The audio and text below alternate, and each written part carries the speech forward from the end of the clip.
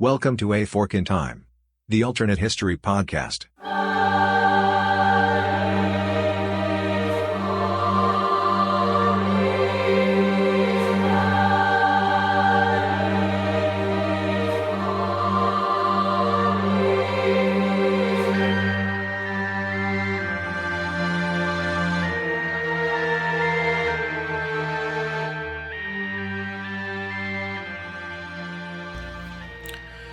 Welcome back to A Fork in Time, the alternate history podcast. Today we're once again joined by Brody Burton of Imagine If.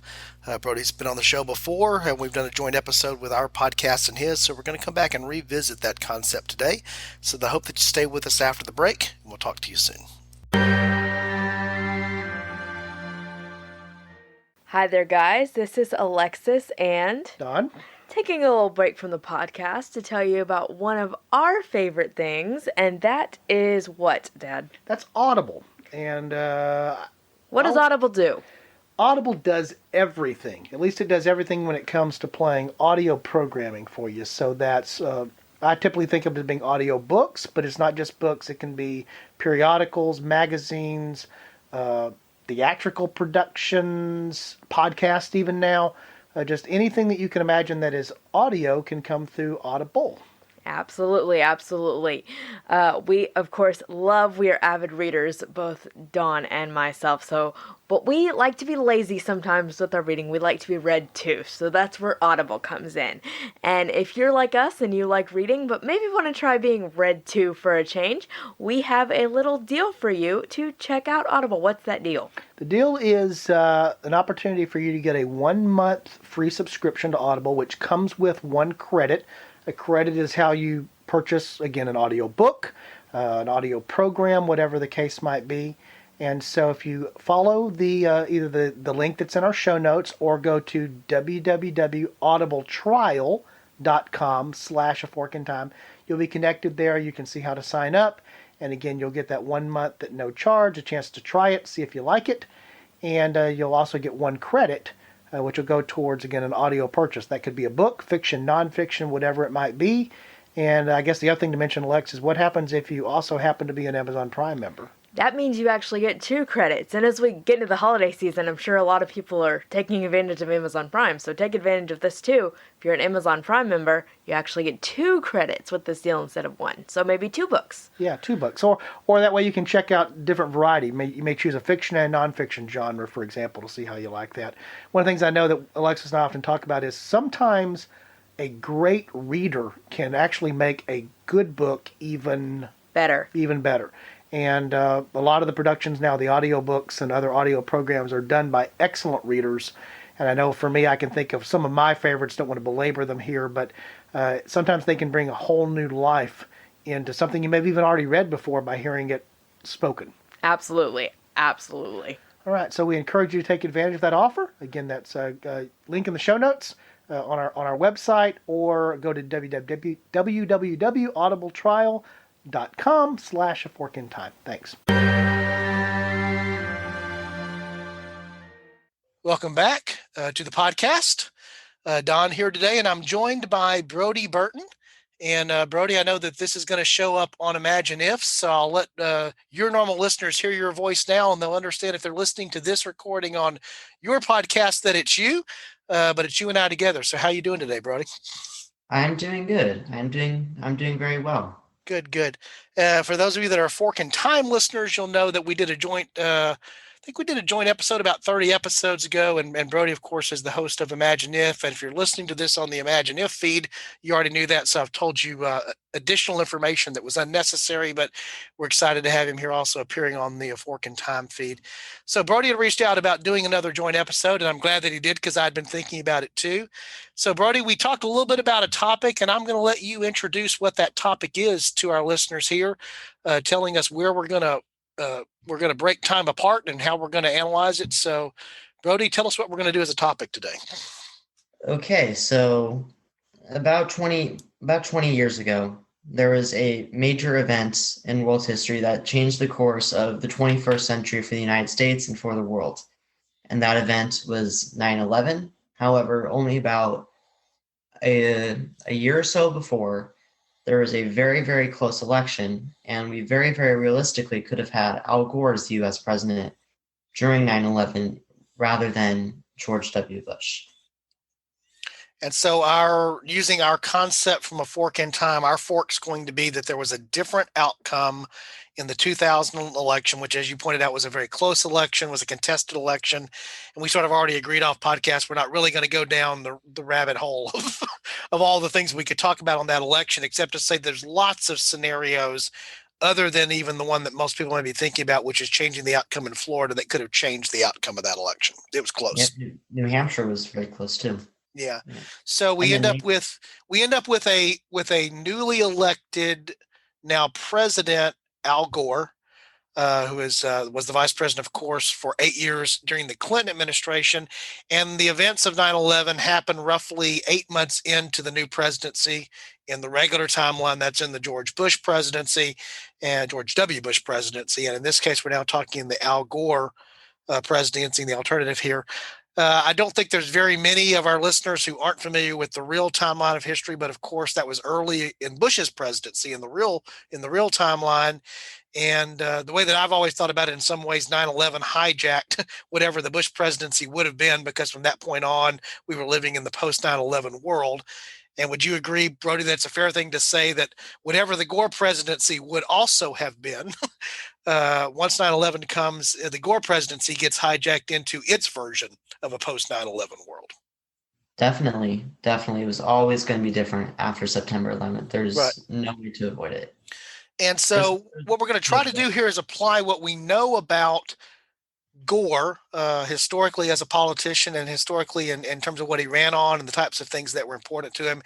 And then both try, I guess, really to understand, at least in my way of thinking here, Brody, and certainly jump in if you think differently or need to expound upon this, looking to see how things, again, could have stayed the same, what would have carried through, but also how the events of 9/11 would have changed because of the personality that's there. So what do you think is the number one thing that would be different in a Gore presidency post 9/11 from what we experienced in the reality of a Bush presidency after 9/11? Well, the first thing would be a completely different look to foreign wars. Bush was in favor of them, Gore was opposed to them. Afghanistan was probably not avoidable, but Iraq was. I think the biggest thing would be America never would have gotten involved in Iraq. And the second biggest thing is we would have been in Afghanistan for a significantly shorter amount of time.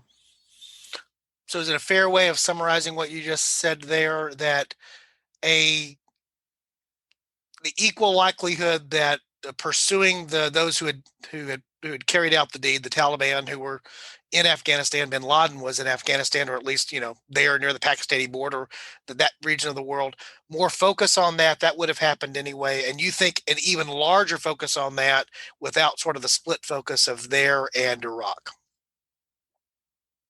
Yeah, that's a fair way to summarize it. Okay. And so under that scenario, what's different? I mean, obviously it's different if you don't go into Iraq, but how does that play out? What are the dominoes that fall after that? Well, I forgot to talk about this off podcast, but Saddam Hussein stays in power. That seems like a fairly big thing. America is overall less involved in the Middle East. And additionally, I think more on the home front, Al Gore probably would have, President Al Gore in this scenario probably would have advocated to be involved less in the Middle East to avoid having a 9/11 style event in the future, because if you look at bin Laden's reasons for doing it, although they were completely unjustified, we do not support terrorism. It was primarily because America had gotten involved in the Middle East during the previous Bush presidency, during the presidency of George W. Bush's father, George H.W. Bush, the Gulf War and all that. So, and along that line, I think he would have combined that with his green environmentalism agenda to try and have America be less dependent on Middle Eastern oil, and to try and use green energy made in America. Yeah, and when we were talking about this off podcast, as I mentioned, Brody, then I'll mention it again now for the listeners here.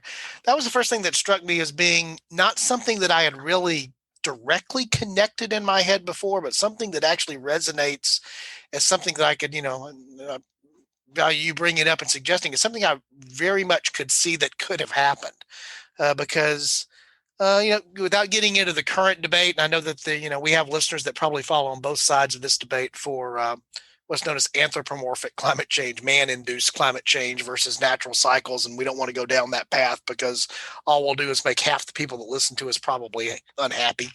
But regardless of which way you go on that, one of the things I think that Gore could have done under that scenario is make the argument for alternative fuels, development of American resources, maybe pushing forward some of the things that we have seen in the last 20 years, which is the growth of the natural gas industry as still a fossil fuel, but an alternative fuel to coal and to oil. Could have done that in a way that it wasn't solely framed in the context of the environment. There would have still been the environmental element, and that would have been an important part because of Gore's disposition towards it that we knew already existed at the time. But it would have given an economic and, geopolitical reason, not just a political reason, but a geopolitical reason to go the other way. And so I think you would have had the chance maybe to bring converts, regardless of whether they believed at the same level that Gore did about climate change or had that same passion from just the ecological point of view. You would have brought other converts there because now there would have been a reason more than just the climate. Yes, and I don't really think that a whole lot of people would really. I think Gore would push it. I don't know how well that would be received, but then again, 9/11 did convince people that we needed to be involved in the Middle East, which historically is not always the greatest idea. It hasn't worked out well for a lot of major powers. That's one thing that you can definitely say. Historically, it's not been something that has often led to success. There's no doubt about that. So, assuming that happens, let's carry that a little bit forward here. So let's say there's able to get some, congressional support, funding, some type of national program that moves more towards the initiatives that are about America becoming energy independent. That's always been something both parties could sort of get behind. They had different ways of thinking about how it would work, but independent.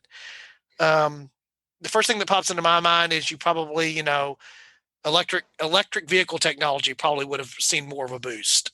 You may have seen alternatives for electricity production with fewer, coal resources, again, natural gas resources. Do you have any particulars there that you've thought about that maybe come to mind in terms of how that would have played out specifically? On the whole general subject, I believe it was 1997, the U.S. entered an agreement in Kyoto, I'm probably butchering it, city in Japan, to agree to some of these same standards. And with the electric cars and general electric energy, I think it would be something Gore would push for. I don't know what kind of success he would have because it's going to take more than 4 or 8 years to be able to implement something that's changed the natural gas industry and the automobile industry, which have been around for, at this point in history, coming up on 100 years. Right. Yeah, I think you actually make another interesting point there, which one of the challenges of any of these big type of initiatives, be they viewed as being more conservative or be they viewed as being more liberal, it sort of doesn't matter, is that when you're talking about things that can't be done overnight, and there are some things that no matter how much money you throw at them, you can't change the time component requirement, is that the nature of every political system, but particularly the American political system, is you have to have something that can sustain itself beyond 4 and 8 year chunks of time. Because something happens every 4 years at the national level, happens every 2 years with a major partner, happens in 6-year rotation cycles that cause the mix of players to change. And you've got to have something that can sustain itself despite the potential changes or the potential pressures that come with that. Yes, and on that note, at the time that Gore would be president, at the time of around 9/11, the Senate was split very, very thinly. It was a Republican majority in our timeline because it was a 50-50 Senate and Dick Cheney had the tie-breaking vote. But in this timeline, Joe Lieberman, who is interesting, we'll probably get to later, would have given the Democrats a majority, and the Right. House had a narrow Republican majority. So I think there'd probably be a few major congressional battles to get through a lot of this legislation for climate change policies and for green energy, probably which Gore would push, but there would be a lot of resistance to it in the Republican caucus, and I don't know what kind of success he would have had, Yeah, and I agree. even he might not get the ability to throw so much money at it. It would be an uphill battle. Right.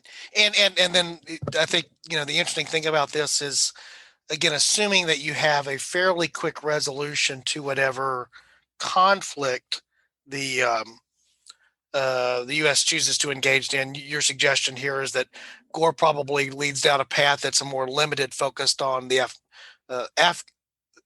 U.S. presence in Afghanistan for the reasons it's there, versus sort of also at the same time a presence in Iraq. Um, Foreign wars are always unpopular, regardless of who the party is of the president that's in office. Yeah, That's just the nature of what they are, just because that's just a very American thing. they But usually then, start out popular, then end up very, very unpopular. correct, there's that trend, and again, because it's it's a factor of fatigue, it's a factor of, would you have had clear objectives? It's tough to you can establish clear objectives up front, but then what happens if you don't achieve them? Again, not getting down into all the particulars here, making it as current as it could be, but definitely a factor that would have been playing in the 2004 now reelection campaign would have been I think, a referendum on what, as it was for in our real timeline for Bush, where he won reelection more handily than he did in 2000, but not without a challenger, and without a challenge.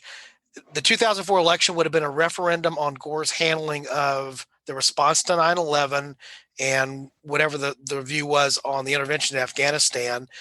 And you're suggesting possibly also a referendum on his initiatives along the idea of energy independence and the U.S. becoming less dependent on the Middle East as an energy source. So that election would have also had that as a major campaign issue. Yeah, it Okay. would have centered very, very heavily around that. Right. And one of the things when I mentioned the hijack, to me, in fact, it will be an episode of A Fork in Time at some point, because for me, it's fascinating, especially living in Texas and being from Texas, having seen what George W. Bush did as the Texas governor before he was president of the United States. I happen to take the mindset that the Bush presidency that we know, the second Bush presidency, George W.'s presidency, would have been very different than what it was in reality if it had not been for 9/11. That's why I use the term hijacked, because I think what he intended to do, what he intended to focus on, particularly some of the domestic things that he intended to focus on in his presidency, obviously took a back seat to the things that he had to deal with internationally as a result of this terrorist act and the things that came from that. And to me, what was intriguing about this when you mentioned it off podcast is that how potentially Gore could have taken the act and used it to push forward what he wanted to on his domestic agenda versus it running against his domestic agenda. Yeah, that's all very true, but this may be somewhat related, but with the subject of domestic policy versus foreign policy, I think a theoretical Gore administration would always be more equipped to handle to handle a domestic centered political sphere, whereas Bush would have been more advantaged in a foreign policy sphere. So I think that's probably where the difference come from. Like, for example, George W. Bush's vice president was Dick Cheney, former Secretary of Defense, I think either under his father or Reagan. I don't know He specifically. was under his father. Okay. Whereas Gore would have had Lieberman as his running mate, well, he had him as his running mate in reality. In this alternate timeline, he would be the vice president. Lieberman was a senator from Connecticut, a very moderate senator from Connecticut, and I think that would have helped Gore's administration become more centered on domestic policy post 9/11, whereas Bush would have been centered more on foreign policy post 9/11. Yeah, I think that's a fair assessment, and for all the reasons that it tends to be the sort of the DNA of the two parties and how they tend to approach things historically up until everything that sort of shifted in the last few years. So I want to focus a little bit on the 2004 election under this scenario because I think it's also one of the more interesting twists to this fork in time. The first question would be: now you have Gore standing for re-election following his first term in 2004. This now represents 12 years of Democrats having control of the White House. Who do you think is the likely Republican nominee in 2004? Is it George Bush coming around for a second shot because he just barely missed in 2000, or do we bring a different likely candidate into the fray on the Republican side? So I think to answer that kind of backwards, Bush would not have been the nominee. He wouldn't have ran. At this point, he may or may not have still been governor of Texas. Maybe at this point he would have retired and Rick Perry probably would have taken over. But I think, and to give a few candidates here before I say who I think would win, Utah Senator Orrin Hatch would have probably run and done well, and he ran in 2000 as well.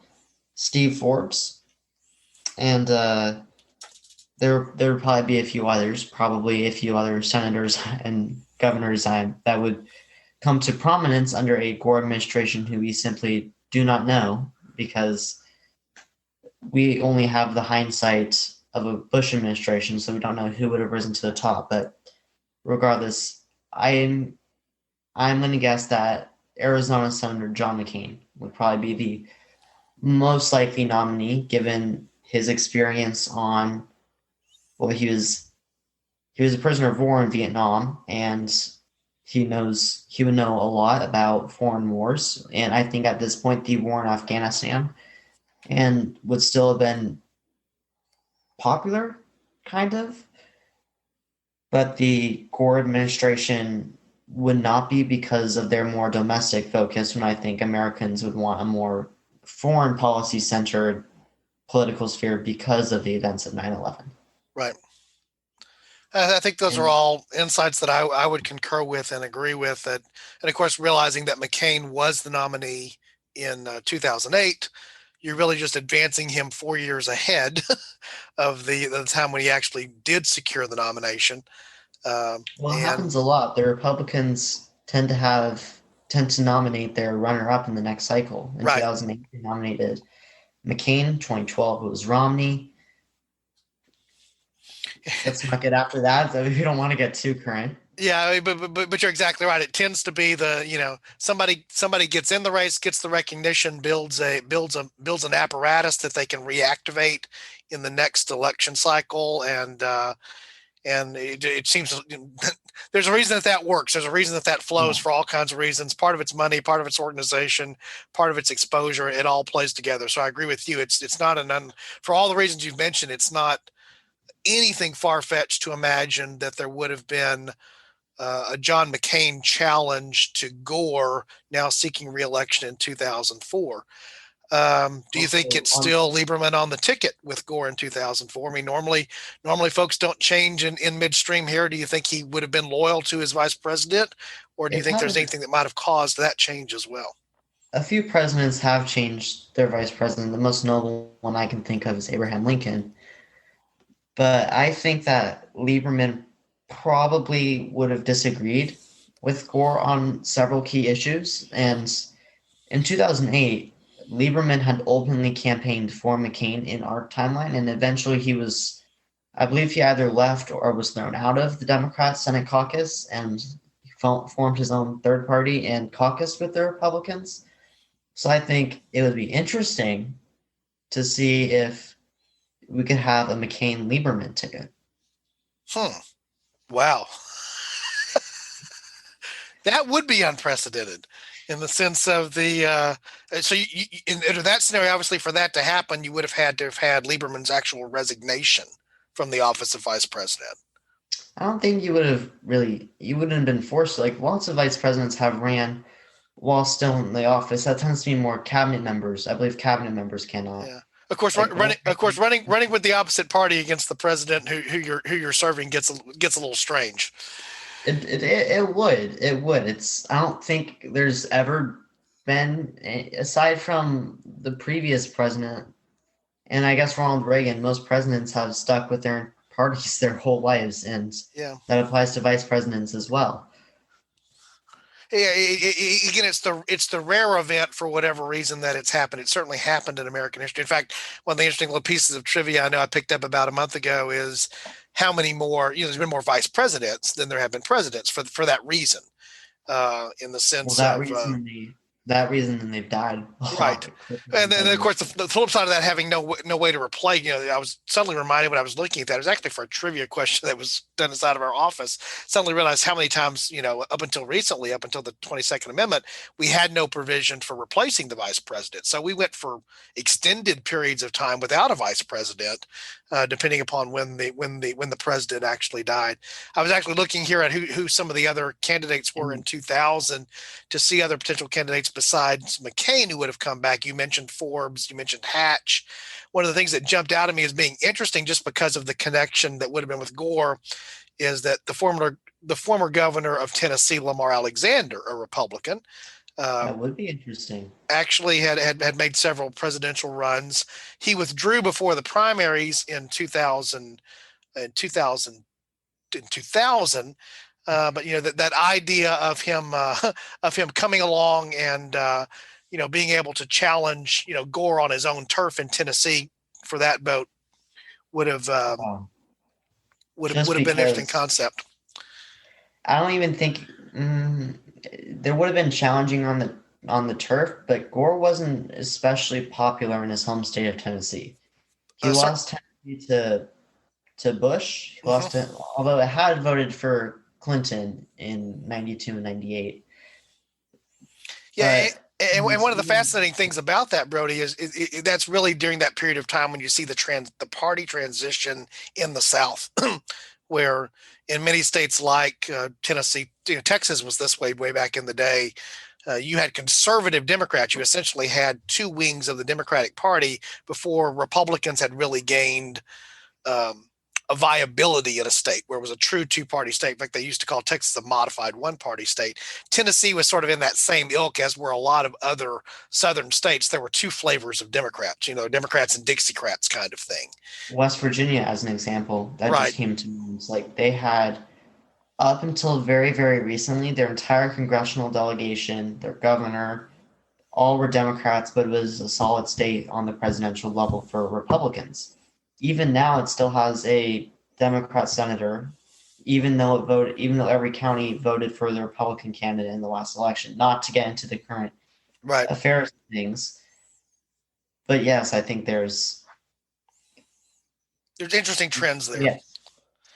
Well, and Very, the other very- name that jumped out at me here, and we're going to settle on one so we can carry forward with our alternate timeline. But the other one that jumps out at me that's an interesting one to look at was the former Secretary of Labor, wife of former Senator Elizabeth Dole, and who ran in 2000. And the idea perhaps of a female candidate on the Republican side stepping into what that would have meant in 2004 is just another interesting thing that crossed my head and be curious to know. Because again, the environment of who would have run in 2004 is different when you're challenging a Democratic incumbent versus when you are in the real timeline situation where there's already a Republican in the White House. And so people are serving other roles and doing other things because there's no, very, very rarely, although it does happen, is the incumbent party challenged.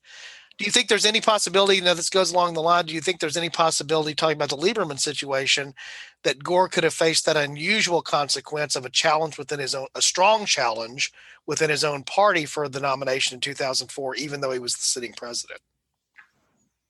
I think I don't really know. Fair enough. I don't know. I don't know either. That's the wonderful thing about I'm trying to speculating with think alternate from- history, right? Yeah, You don't know. I'm trying to think from the perspective of Lieberman. If I were the vice president of the sitting president, would I want to and disagreed with him? Would I want to challenge him and probably not get the nomination because I cannot think of a single time in American history where that has happened. I could be forgetting something, but I cannot think of I guess Lyndon Johnson. He Uh, kind of dropped out. yeah, but in that case, he chose not to run, so it didn't become an issue in A '68. footnote there. We'll leave him as a footnote there. Yeah. I, Again, I think certainly in modern U.S. political history, so the 20th century moving forward, it's certainly never been successful. no. Contemplated maybe a third party candidate, but a successful direct challenge to a sitting incumbent president within his own party, where it was successfully done, is basically a non-starter. It's never actually happened. Yeah, usually they don't ever get more than one delegate in the convention. Right. Maybe two. Okay, I'll be so generous. we're going to take your assumption, which I like, and I think it's probably the most sort of logical assumption based upon. And you and I talked about this off podcast. It's the rare thing that someone who has lost in the previous election, even if it were close, gets the chance to come back and do it again. That doesn't happen very frequently. I think the first thing that popped into my mind, I think I'm right, was maybe Stevenson twice against Eisenhower. Maybe fits that category. But it's that's a rare thing too. So it's unlikely that Bush comes back. So I like your idea of McCain as the Republican nominee. Who do you think's it? You mentioned Lieberman as a potential running mate. Who else might be his running mate if there's not somebody coming from what was the other party? Well, I haven't researched this one as heavily, but I think maybe if he's still governor of Texas, maybe George Bush. Doubtful. Maybe Rick Perry if he's at this point governor of Texas, because I don't know. I know governors of Texas. Yeah, well, and you're also looking for a way to capture that very large portion of the electoral vote. So you're very often you're looking for someone from Texas, someone from Illinois, someone from California, or someone from swing states is very very very right. often Right. Well, usually. Yeah. Maybe not. So McCain and his generic balance the ticket swing state or big state affecting vice presidential nominee up against Gore in 2004. What's your take on who wins that election in this alternate timeline? On who wins the overall election, I think it would probably be very, very close. I think that just because it's extremely rare for the incumbent party to hold on to the White House for more than 12 years. It happened in this alternate scenario.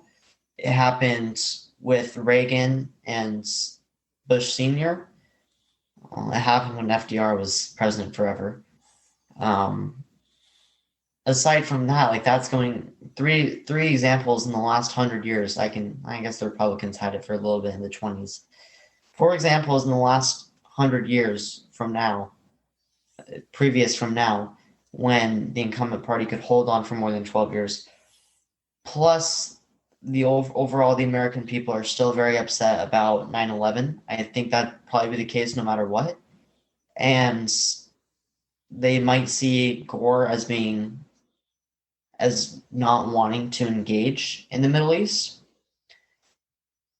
And I think that might create some tension there. And going back to the running mates thing, if you look at who's more advantageous in swing states, Gore's probably not going to win Tennessee. We haven't even really say if Lieberman is or isn't on the running.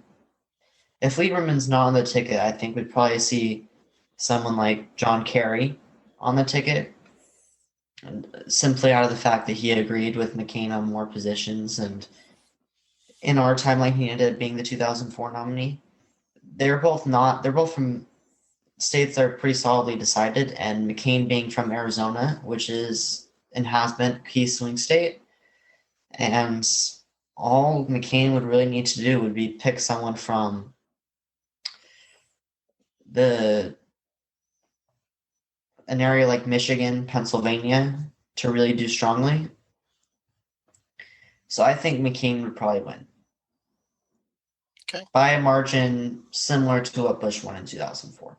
Okay. So I think all of those are solid analysis points from my standpoint. We talked a little bit about off podcast. I know I've already shared with you, I agree with most of them.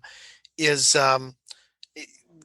if for no other reason than that tendency for the U.S. political pendulum to want to swing back and forth, and 12 years is a long time, especially with the backdrop of what's happened in the 3.5 years prior to that election. So picking back up on some of the things that we thought might have happened during the one-term Gore administration, is he a blip on the American political radar in terms of lasting? Obviously, he's the president during 9/11, would be remembered for that. We probably would remember a speech that he gave from the White House on that day versus the one that George W. Bush gave. Do you think Or there's not even from the West. Like Bush's most famous 9/11 speech, the one I can recall, is where he's in New York. Yeah. His arm around a firefighter saying, "We can hear you." Like that's probably his best political moment of his entire career. I would agree with that. The two things the three things that stick out at me remembering the events of that day, and we were talking about podcast, Brody, you're making me feel old because you weren't even born yet on that day, which is a whole other interesting thing to talk about because of just how memorable it was. For my generation, it was our Pearl Harbor in a way. You knew where you were. You remember every detail of that day. But I remember the speech that night from the Oval Office after he had worked very hard to get back to Washington. Was bound and determined to deliver that speech from the White House as just a sign of, this has happened, but there's, we're still the United States kind of thing. The speech you're talking about, no doubt, the visiting the site of the visiting ground zero. And then the other thing I remember particularly from that day is because I've seen it so many times in documentary is when he's in the classroom in Florida when he's first informed by aides of what's happened. And they're trying to end that event there and very quickly get him to a place of safety, but he's actually at elementary school, so he doesn't want to cause panic in terms of how that happens. And just those are the three enduring images that I have of George W. Bush as president around 9/11.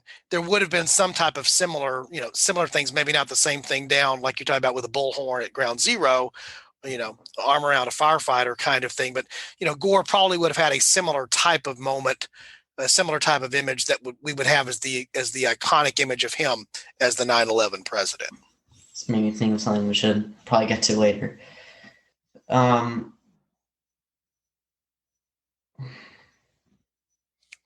Yeah, I think Gore probably would have had. I don't really even remember what the question was. I guess my question was, what would have sustained out of a one-term Gore administration? Yes. Well, I think McCain being the moderate he was, no matter how you look at it, I think a lot of, if he can get climate proposals through, I think Gore can be remembered for that. I think Gore would probably be remembered for Afghanistan for being almost like a reluctant wartime president. A lot like how, dang it, I'm forgetting his name now. Who's the guy who came before Teddy Roosevelt? Directly before would have been William McKinley. McKinley, yes. McKinley was remarked at the time for not wanting to go to war with Spain. Right. This was right around the time of the Spanish-American War, which took place primarily in Cuba as well as in the Philippines. And he really didn't want to get involved there. And I think that would be very, very similar to what we would see Gore doing 100 years later. So he's a reluctant wartime president. We spent a little bit of time talking about this, potential way that this would have been a pivot for the green agenda. Do you think that comes to an end with McCain? Does that survive? In other words, would we have gone down a different path even if it only had deflected slightly because of Gore being in the office for the 4 years in terms of the U.S.'s position on climate change or how we would be addressing those issues as well as the energy dependence issues because of the brief time that Gore was in office? I think that not all of Gore's proposals will stay forever, but I think that maybe half of them will. I use half as an arbitrary number. But I don't really see McCain repealing a ton of climate policy. And it would also depend on who would come after McCain, because McCain's going to have to deal with the Afghan war turning unpopular and maybe still a recession in 2008. Maybe the butterflies get rid of that. But we could very easily see McCain also being a one-term president and having another Democrat come in 2008. Whether it's Barack Obama or someone else, I don't know. I don't even know if Barack Obama would ever get elected to the Senate from Illinois under a Gore presidency. Yeah, Maybe he would have. That's one of the things that was running through my head, was trying to determine what the Obama trajectory would be. Of course, he really came to the fore in terms of national recognition in 2004, delivering a speech at the Democratic National Convention. Does he get to deliver that same type of speech at a convention that's going to renominate Gore? Does Obama even get the opportunity to deliver that type of speech and be thrust into more of a national role at that time? Then there's the question of, which certainly was the case in 2008, another Democratic presidential candidate being Hillary Clinton. Would she have been the most likely then challenger to a McCain in 2008 or 2012 or both, somewhere in that particular thing that's there, and how that flows forward? And I guess the other question is, we sort of skipped over this because we sort of talked more of the focus on Afghanistan. I can believe a Democratic administration, a Gore administration, being more focused on Afghanistan and maybe not doing the same things that the Bush administration did vis-a-vis Iraq. But now, as you pointed out, you still have Saddam in power. And so there's always that risk of the other sort of unintended thing that happens. The other thing that hijacks a Gore presidency is, some type of aggressive action that Saddam takes again against Iran, another, invasion of whatever that might look like. He's still in power, so he's still in position to be a problem. And if he becomes a problem, what does that do to the Gore presidency or a subsequent presidency? Well, I think first, I don't think the leader of Iraq, I can't pronounce his name all of a sudden,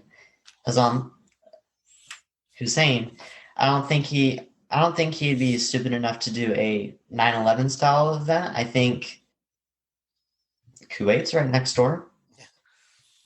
What worked didn't work, worked-ish once, may work again. I think that would probably be the aggressive action I would see him doing. But I don't think Gore would probably have to deal with it. I think that'd probably be something theoretical President McCain would have to deal with. Right. And to the Obama thing, the DNC speech is what launched him nationally, but what launched him in Illinois, and he never would have gone to give that speech if he hadn't been the nominee for the U.S. Senate for the state of Illinois, was his overly big, completely unexpected landslide in the Democratic primary for Senate from Illinois. I think he won like 70% of the vote, which for a state senator is pretty good. And we're not going to see anything like that in 2022, probably. We didn't see anything like that in 2020. From my knowledge, I don't follow state senators all that closely because there's so many of them. That was in 2000. That would have been 2004. So we would have seen a Gore administration, relatively unpopular. So say he does give the DNC speech. The Republican Party holds the U.S. Senate seat in Illinois, and if McCain has strong enough coattails, I think Barack Obama could possibly lose his Senate election in Illinois. In our timeline, he won by a fairly large majority, but then there wasn't an unpopular Democrat administration in power. Right. So I think if he plays his cards right, Obama could certainly still be launched into the spotlight. Maybe not at the Democrat DNC, maybe still. I don't know, because I don't know if we had settled on this. I think I thrown it out earlier. Kerry as a vice presidential nominee. He was the presidential nominee in 2004, so I think that is still quite possible.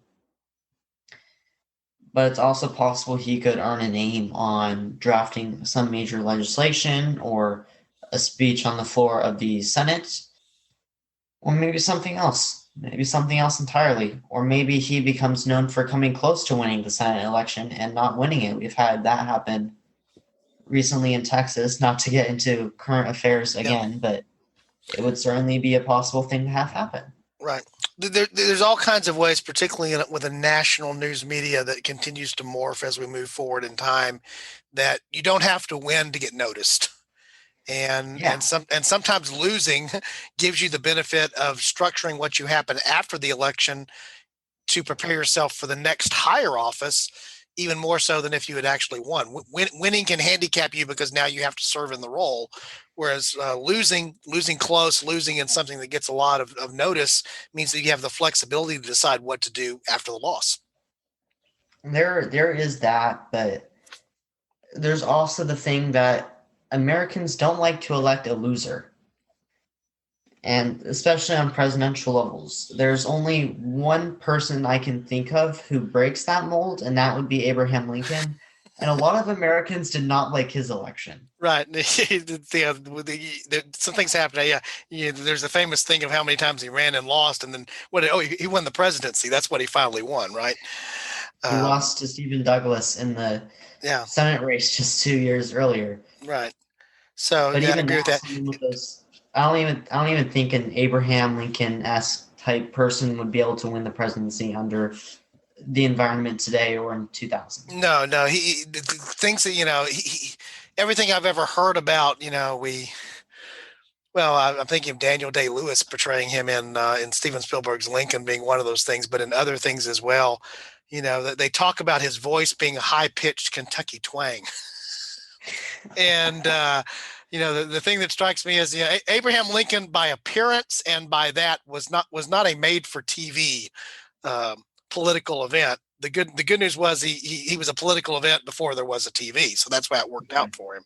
There's a reason Eisenhower was the last bald president. You kind of have to have the appearances now to be able to run for president. Yeah. There's the the famous 60 debate between Kennedy and Nixon.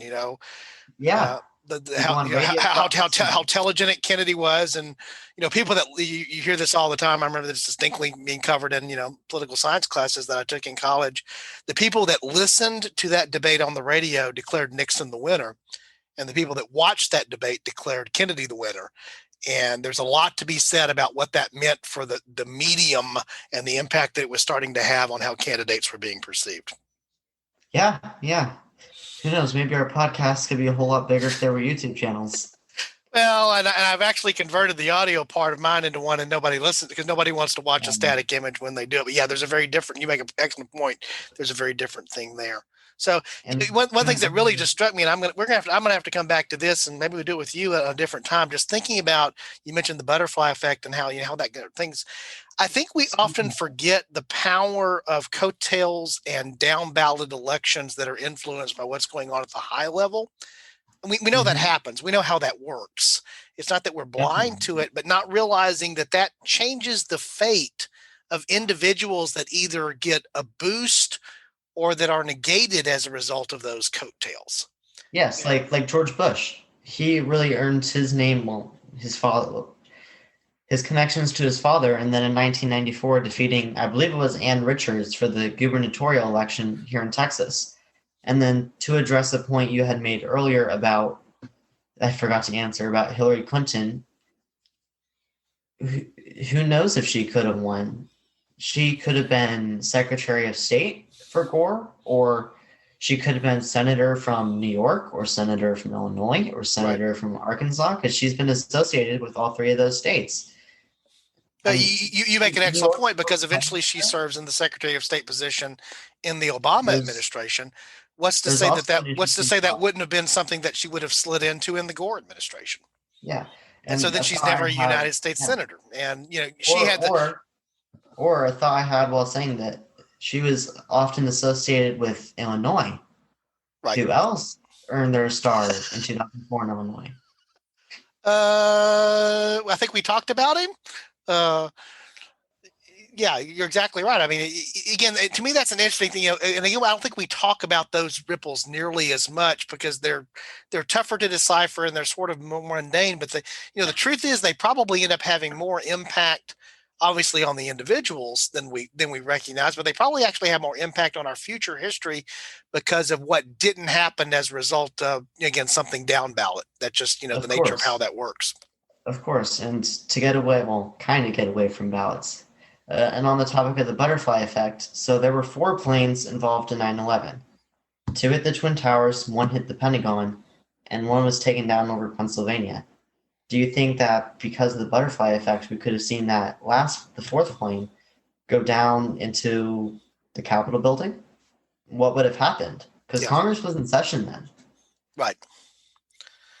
In fact, there's actually an episode of A Fork in Time. I don't know if you've listened to it, where Alexis and I speculate on that. It's 42 minutes, and we talk about the fourth plane and exactly that. I mean, for those of you that are familiar with Tom Clancy and his novels, you know that that's how his fictional Jack Ryan actually assumes the presidency is through a successful.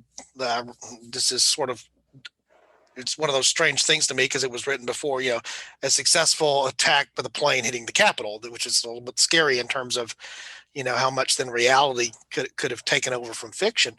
But again, let's say you only lose, 10, 15, 20% of Congress, which would, be an entirely different tragedy. And we talk That's about on still that. 10, 15, 20% of Congress. That's still like 100 people. Right. And those 100 people are people that are in positions today, potentially, that have influence. And again, the loss of life and the whole thing would have just been tragic enough, end of Oh, sentence, yes. period there. But then the ripples that go on, the butterflies that go on from that, go on for decades and potentially go on to affect things in big Yeah. ways.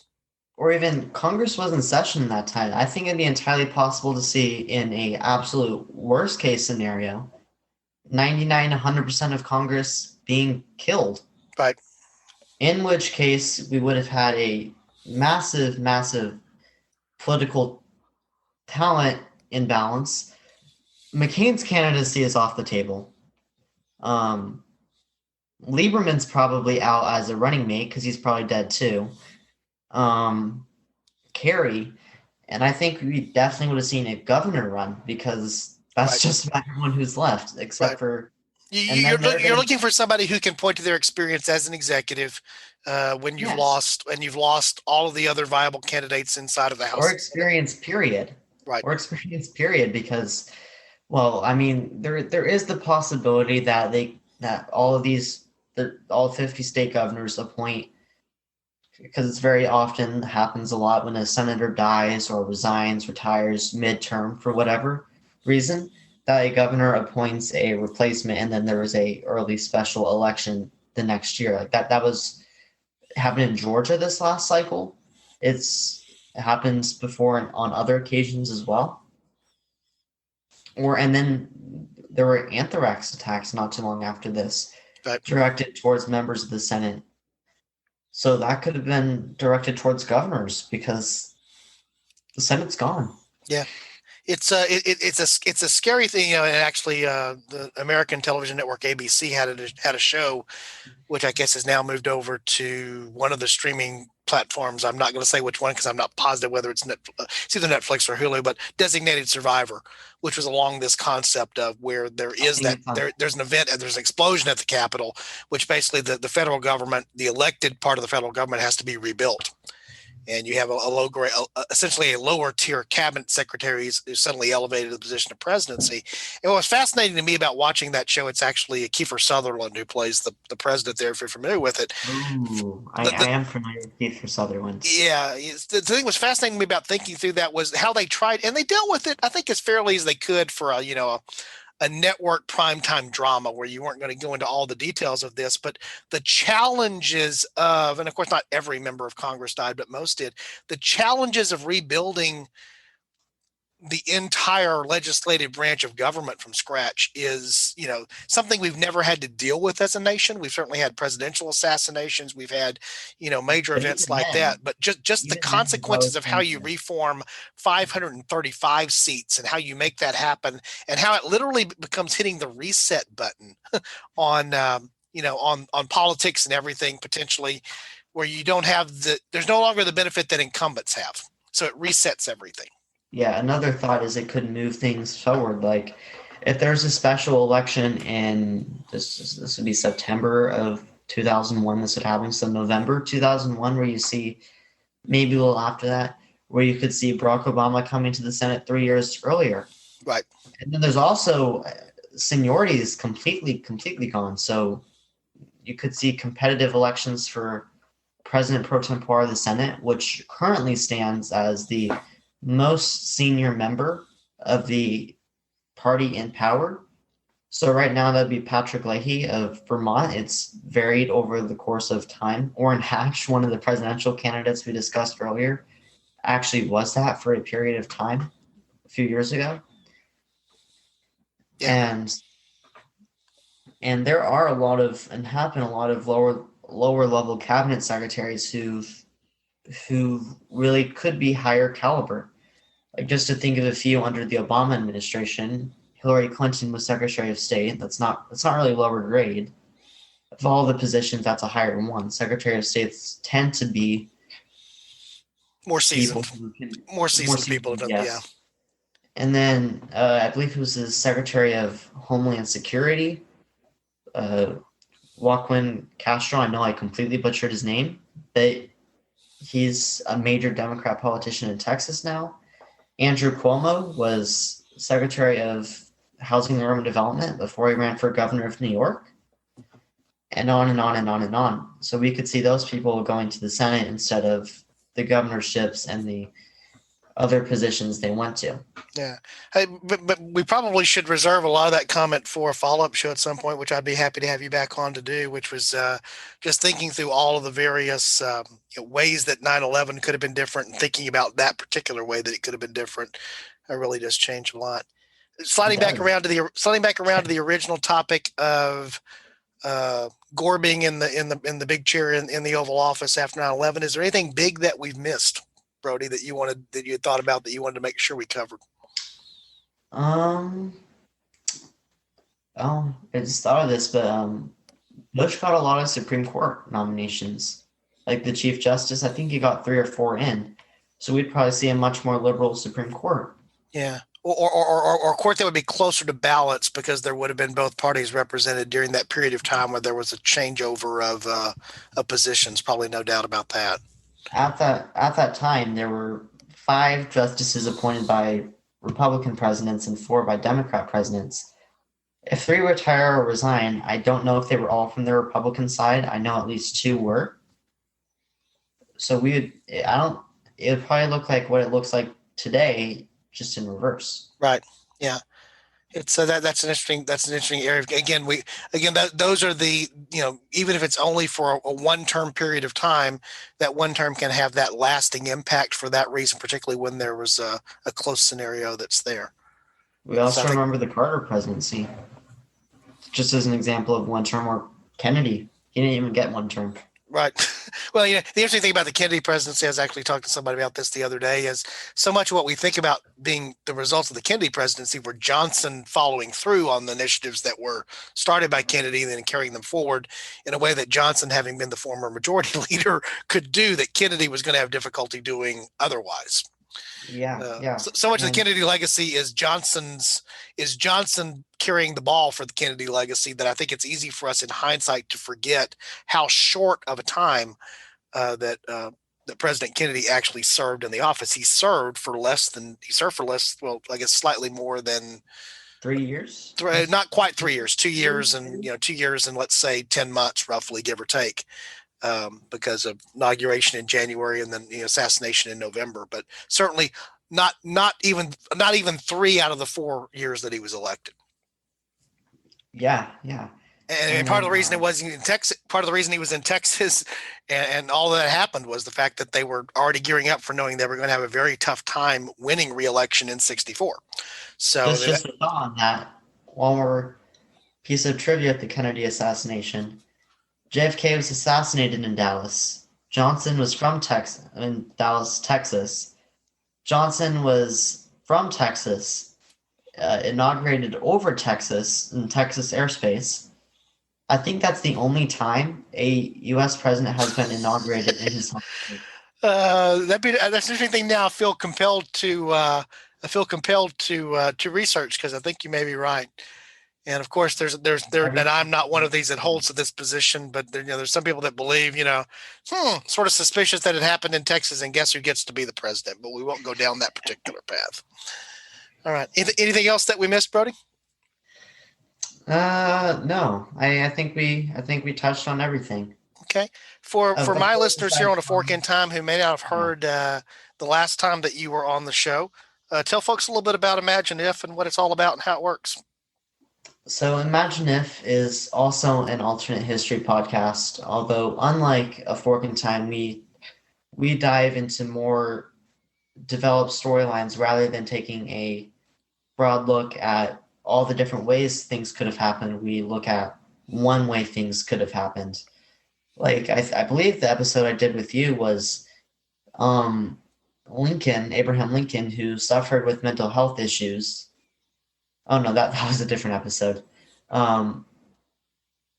William Seward ended up earning the Republican nomination instead of Abraham Lincoln in 1860, and Right. how William Seward handled the Civil War, and how unfortunately Houston got burned in the process. Right. Yeah, I remember not liking that part of the episode. But to Brody's point, we both function in the same genre, but we do it in different ways, which is one of the things that I like about listening to Imagine If too. And Brody, and I'm always impressed by this, you spend a lot more time going into the details because you choose a singular path forward. So you need to flesh out that singular path forward, where we play it a little bit fast and loose here on A Fork in Time. Most of the time, not choosing just one. We choose multiple forks or multiple ripples that come from the fork, and really take it a little bit more from the analysis side versus the true, alternate history, in the sense of a specific alternate timeline that extends out. And I know in many cases you've extended those timelines out, quite a ways. Yeah, I know that usually takes a lot more research to figure out what would have happened if we had a Confederate States in World War One. That's right. Yeah. Very And so, interesting. yeah, so I value what overlaps between our two shows, but I also value the differences, which is why I'm happy to have you on, and also happy to recommend to any Fork in Time listener who hasn't checked out the Imagine If podcast, and certainly in the show notes here for the version of this episode that will go on A Fork in Time, you'll have the link that's there to link over to access Brody's show, and we'll have him back again. As Alexis and I talk about all the time, we view what we're working on here as being part of the alternate history community. And in my mind, Brody is definitely part of that community. So we want to encourage the support for his show as much as we would encourage the support for our own. And I'm also very impressed. Brody, I'm not going to ask you to reveal your age, but you are far younger than I am. And I'm very impressed with your maturity, your knowledge and grasp of facts at your age. And I thought of myself as being pretty bright, precocious high school student. Yours is far superior to mine. What mine was at the time, and it shows both in the preparation for your episodes and how you execute them. So kudos for that. Thank you. And I would recommend to all my listeners as well to check out A Fork in Time, because they do a lot of stuff a lot better than I do. We're just the benefit of experience. Yeah, we're now we're getting longer in the tooth. As Alexis and I were talking about on the episode a few episodes back. We put a 1 in front of those numbers now. It's 3 digits, and that suddenly doesn't feel like a lot, but it feels like a lot.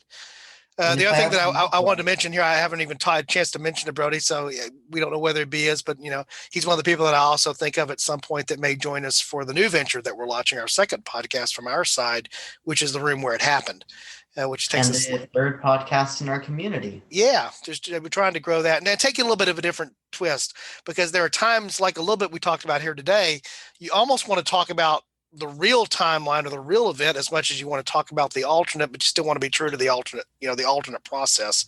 And so we're creating a space where we can do that a little bit more in terms of being a pure history podcast, but also, the recognition of tying it back to alternate events.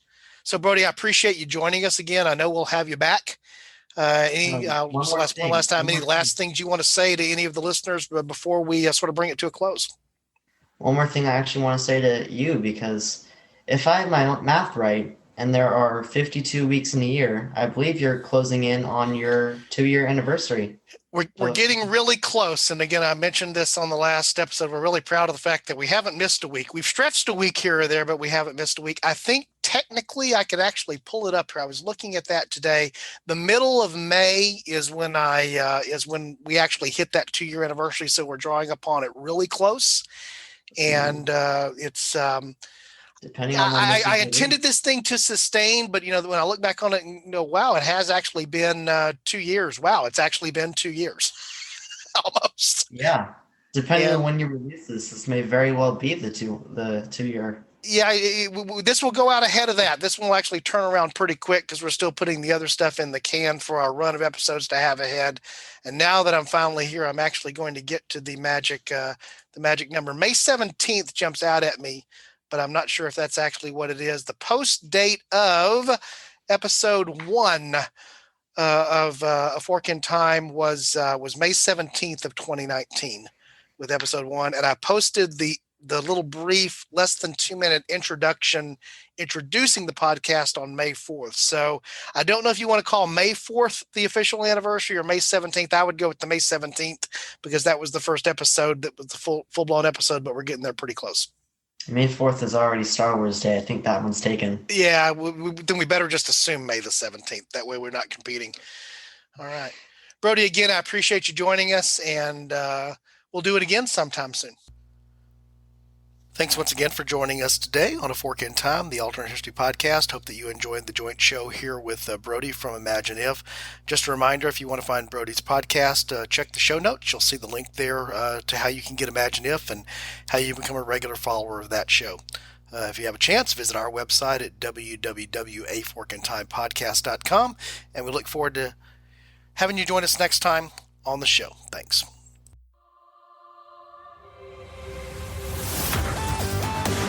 Thanks for listening to A Fork in Time, the Alternate History Podcast. Learn more and provide feedback by visiting our website at www.aforkintimepodcast.com. Connect to us on Facebook at facebook.com/aforkintime or follow us on Twitter at AFIT Podcast.